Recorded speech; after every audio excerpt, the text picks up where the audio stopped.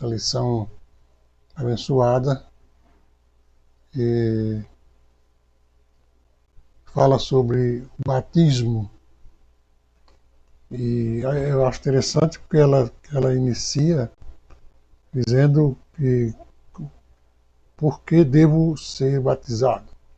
Esse é o título, já entra fazendo essa pergunta, né? Por que devo ser batizado? Então, entramos aqui, por que devo ser batizado? Muito bem, então eu acho interessante porque para você responder alguma coisa é preciso que você entender o porquê da pergunta, né? Você não pode responder assim uma pergunta sem entender o porquê daquela pergunta. Então, por exemplo, se você tiver um doente, alguém doente na sua casa ou em qualquer lugar, e você for dar um medicamento para ele, ele vai querer saber por que é que eu tenho que tomar remédio. Ele não vai tomar um remédio assim aleatório, sem saber por que vai tomar. Então, essa é uma exigência de quem quer saber por que vai fazer alguma coisa. Eu pensei nisso quando eu vi o título dessa lição, que devo ser, por que devo ser batizado. E eu achei que era interessante. É, e só através de um conhecimento de causa, né, do porquê ser batizado, é que você vai ter uma resposta para a sua pergunta.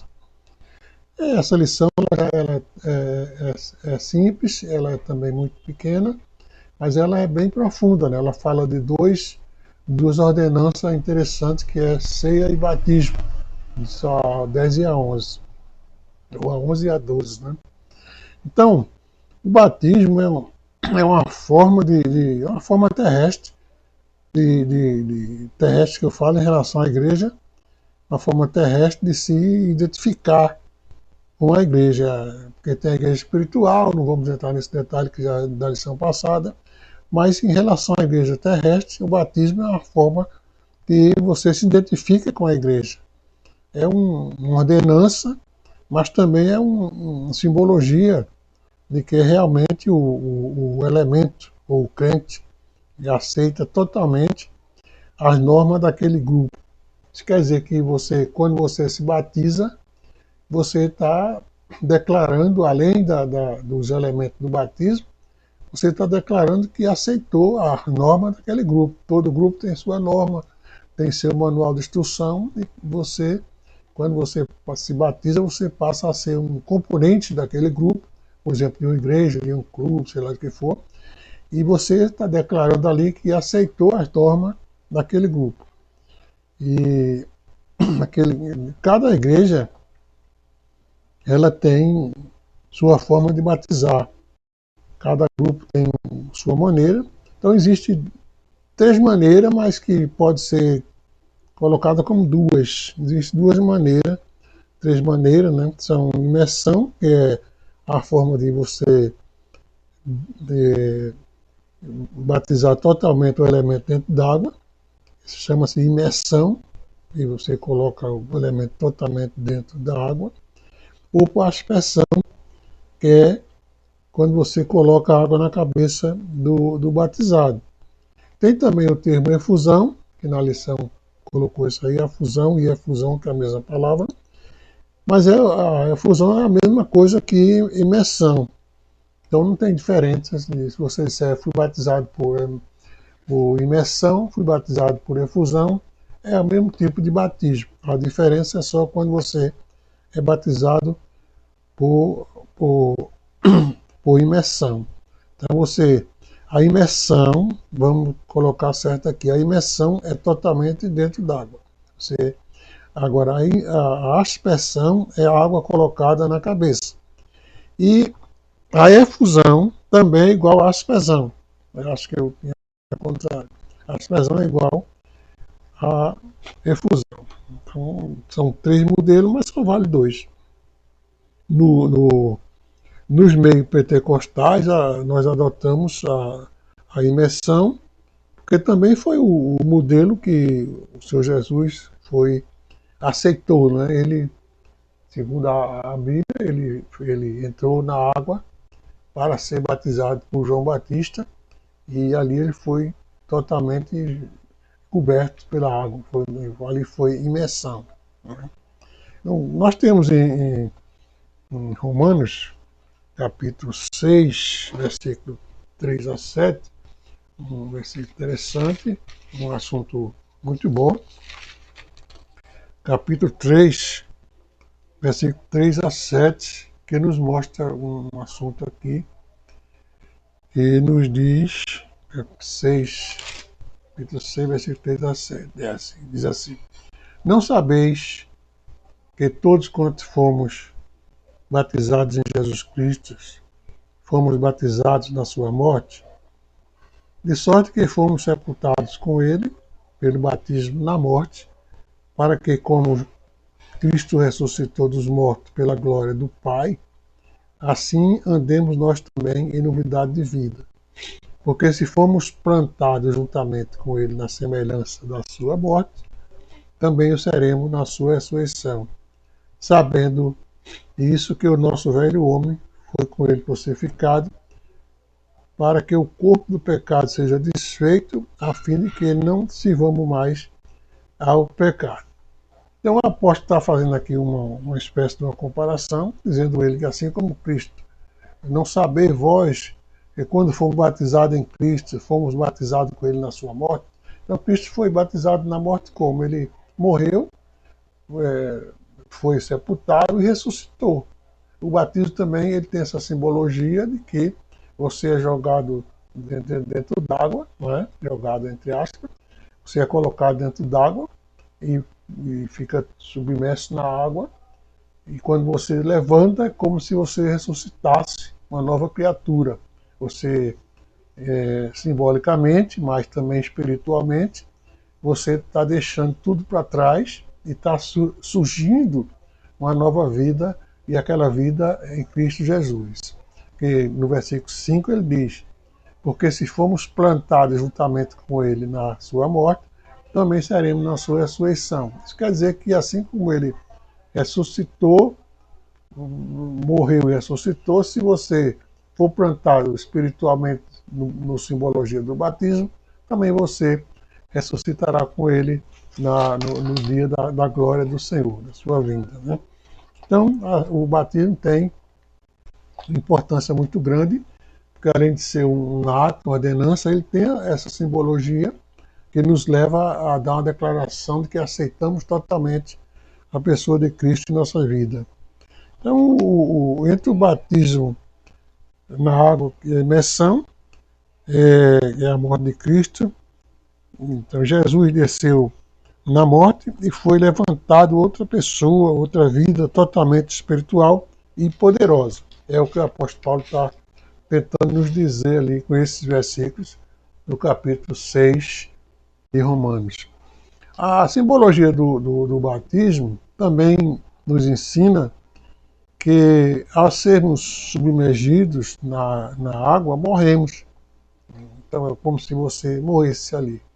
E, ao sermos levantados, ressuscitamos em novidade de vida em Cristo Jesus, conforme Colossenses 2 e 12, que foram sepultados com ele, conforme está escrito em Colossenses 2 e 12, se quiser conferir.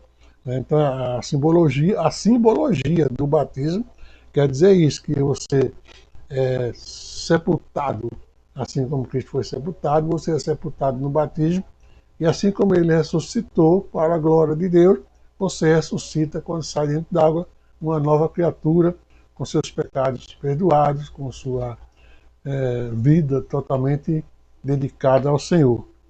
Né? Então, segundo Jesus, ele comissionou os discípulos para pregar. Ele diz em Marcos 16, capítulo 16, versículo 15 e 16, que podemos ler para melhor fixar. Marcos, vamos ler aqui. Marcos, João, Lucas, Mateus, cadê Marcos? Marcos 16, Marcos 16, 15 e 16. Veja bem, o batismo também ele tem essa qualidade, porque além de ser essa simbologia, ele é uma comissão. Jesus próprio falou, dizendo: e disse Jesus: ide por todo o mundo, pregai o evangelho a toda criatura. Quem crê e for batizado será salvo, mas quem não crê será condenado. Então, Jesus, quando mandou os discípulos pregarem, ele mandou pregar, ensinar, mas também batizar, porque o batismo não é para salvar, o batismo é para os salvos. Mas ele faz parte das ordenanças da igreja, não é? Completando esse conjunto. Então, quando você pergunta por que devo ser batizado, existe esse monte de perguntas, de resposta, né? É porque temos essa simbologia do batismo. O batismo foi uma ordenança que Cristo nos mandou, ir por todo mundo pregar o evangelho a toda criatura. Quem crê e for batizado. Então, o batismo faz parte. Você precisa crer para ser salvo, mas ser batizado para se agregar a uma igreja e também para simbolizar que você aceitou totalmente e entendeu o sacrifício de Cristo ao morrer e ressuscitar. É muito importante isso. Né? Também nós temos em outro versículo que nos mostra a fórmula de ser batizado em Mateus 28. 28 nós temos Mateus 28, 19. Nós encontramos um versículo que nos diz: portanto, ide, ensinai todas as nações, batizando-as em nome do Pai, do Filho e do Espírito Santo. Veja bem, por que é que eu li esse versículo? Porque lá em Marcos, ele diz assim: ide por todo mundo pregar o Evangelho. Mas aqui em Mateus ele mostra os detalhes, né? Ele diz: ensinai todas as nações, batizando-as. Aí ele dá o detalhe: em nome do Pai, do Filho e do Espírito Santo. Então, o batismo ele tem essa qualidade de ser batizado em nome da Trindade, em nome do Pai, do Filho e do Espírito Santo. Não é um negócio de brincadeira, é uma coisa séria. O batismo é uma coisa séria, tanto espiritual como carnal. Então, se alguém perguntar por que devo ser batizado, nós temos as seguintes perguntas. Primeiro, porque a seguinte resposta. Primeiro, porque é uma ordem de Jesus, quando nós já lemos isso. Segundo, porque é uma norma da igreja. E terceiro, porque é uma declaração para o mundo de que somos adeptos daquele grupo. Então, por que o batismo que você perguntou no início? Porque é uma ordem do Senhor, é uma ordenança, né?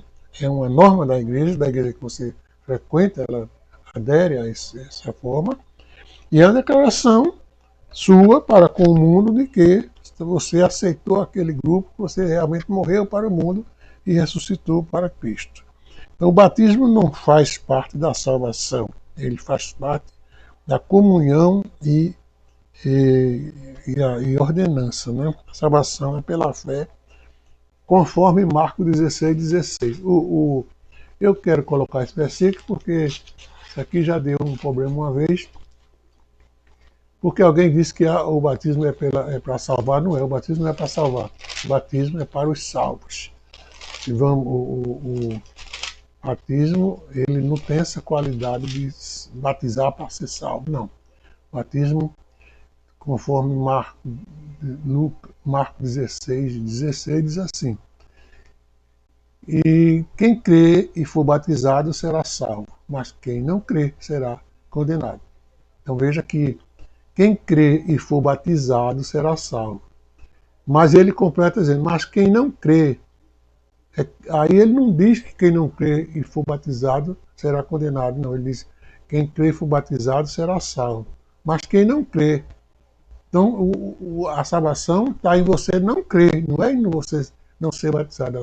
O batismo é uma declaração sua para com Deus, sua para com a igreja, é uma obediência, é tudo de bom da relação entre você, a igreja e Cristo, mas não é para ser salvo. A salvação, ela vem pelo crer, e crer na palavra de Deus. Então, que Deus abençoe. Essa lição é uma lição muito boa e certamente ela trará grandes proveitos para aqueles que não somente ficaram nesse versículo, mas a irmã já distribuiu uma folha com muitos versículos, devemos acompanhar esse versículo para melhorar. Muito bem. Então nós temos a lição 12, que é sobre a ceia. Também é uma lição muito boa, muito explicada. Que a ceia, o que é a ceia? Essa pergunta, o que é a ceia? Então, aquela mesma introdução que fizemos no batismo deve ser feita na ceia também. Porque a pessoa, quando pergunta, ele tem no seu interior a necessidade de passar o processo de explicação para responder a sua pergunta. Né? O que é a ceia? A ceia é uma ordenança também, não é um mandamento, é uma ordenança. Então, dando sequência à lição, a ceia ela vem após o batismo. Todas as igrejas adotam que os seus membros, eles só recebem a ceia após o batismo. Né? Então, após o batismo, nas águas, o crente passa agora a fazer parte integral do corpo da igreja. E como tal, participa de todos os trabalhos da igreja, né? Porque ele agora já é um componente do corpo da igreja. Então essa comemoração, ceia tal do Senhor, também chamada de Santa Ceia, passa a ele fazer parte dessas comemorações, porque agora ele faz parte do corpo de Cristo. Né? A ceia é uma instituição pelo próprio Jesus Cristo. Ela tem sua raiz, seu começo no Velho Testamento, quando o Cordeiro, na Páscoa, né? No Velho Testamento era a Páscoa. Então, quando o Cordeiro e o sangue do Cordeiro deixou de ser uma simbologia, porque lá na Páscoa você tinha o Cordeiro imaculado, que derramava seu sangue, comia sua carne, etc. E tal. E isso veio até Cristo. Então, mas quando aquele Cordeiro e o seu sangue deixou de ser um símbolo e passa a ser uma realidade em Jesus, porque ele veio, né? Essa realidade passou a ser realmente o sangue de Cristo e o seu corpo. Agora ele pode iniciar uma nova ordenança, porque ele deixou de ser uma simbologia para ser uma realidade. Aquilo que a simbologia jogava para mostrar passou a ser uma realidade em Cristo Jesus. Então a Páscoa passou a ser a pessoa de Cristo, o Cordeiro passou a ser Jesus e o seu sangue passou a ser o seu sangue. Então nós temos isso baseado em Mateus 26, versículo 26 a 29, quando o Senhor realizou aquela ceia, inaugurando assim uma nova época. O próprio Jesus, antes de morrer, ser crucificado, ele reuniu seus discípulos naquela parte da ceia e ali realizou aquela primeira ceia. Então, antes disso, ele comia a Páscoa com os discípulos na sinagoga, etc. Mas agora ele inicia um novo procedimento, né, com a ceia. Então, inaugurando essa nova época. Ali Jesus transforma num só ato e transforma o corpo em pão e o seu sangue em vinho. Essa ceia, ele próprio disse. E vamos ler aqui em Mateus 26, para identificar. Mateus 26 também, que diz: enquanto comiam, Jesus tomou o pão e, abençoando-o, partiu e deu aos discípulos e disse: tomai e comei, isto é o meu corpo. E também o cálice, dando graças, deu aos seus discípulos, dizendo: bebei dele todos, porque isso é o meu sangue, o sangue do Novo Testamento, que é derramado, que derramou muitos para a remissão dos pecados. Digo-vos que desde agora não beberei deste fruto da vide, até aquele dia em que eu beba novamente convosco no reino do meu Pai. Então, essa foi a maneira como Jesus ensinou a seus discípulos, que era a ceia. A ceia, ele está dizendo aqui no versículo 26, tomou o pão e disse, tomai e comei, este é o meu corpo. Depois tomou o cálice e disse, tomai e comei, isso é o meu sangue. Né? O Senhor realizou a ceia, inaugurando assim uma nova época. Ali Jesus transformou num ato só seu corpo em pão e seu sangue em vinho, conforme Lucas 22 e 19, que nós já lemos agora há pouco. Então, mais tarde, nós encontramos no livro de Coríntios, capítulo 11 de Coríntios, 11 de Coríntios, aqui, capítulo 11, versículo 23 por diante, o apóstolo Paulo escrevendo sobre a ceia e seus elementos, que é o pão e o cálice, e seu significado como o corpo e o sangue do Senhor Jesus Cristo. Então, já agora, na época apostólica, o apóstolo Paulo dá uma interpretação mais profunda do que era realmente a ceia. E ainda nos mostra, o apóstolo Paulo, como deve ser a condição dos que participam da ceia. No versículo 27, diz, portanto, qualquer que comer esse pão ou beber esse cálice do Senhor indignamente, será culpado do corpo e do sangue do Senhor. Aí ele diz, examine-se, pois, o homem a si mesmo, né? E faz um relato das condições moral e espiritual que deve ter o participante da ceia, que é o mesmo que participar do corpo de Cristo. Então, o apóstolo Paulo, aqui nesse capítulo 11, que é aquele capítulo que a gente lê em toda a ceia, ele está dizendo, toda vez que comer desse pão e beber desse vinho, desse cálice, anunciar a morte do Senhor até que venha. Porque qualquer que comer esse pão e beber o cálice do Senhor indignamente, será culpado do corpo e do sangue do Senhor. Examine-se, pois, o homem a si mesmo, e assim coma desse pão e beba desse cálice, porque o que comer dele indignamente, come e bebe para a sua própria condenação, não discernindo o corpo do Senhor. Ele está dando aqui uma instrução de como deve ser a posição daqueles que participam da ceia. Porque você se batiza, você está agora numa nova vida, e essa vida requer uma santificação, requer uma comunhão com Deus, para que você possa participar do corpo e do sangue de Cristo. Então, para participar do corpo e do sangue de Cristo é através da ceia, que é o pão simbolizando o corpo e o cálice simbolizando o vinho, que é o sangue de Cristo, né?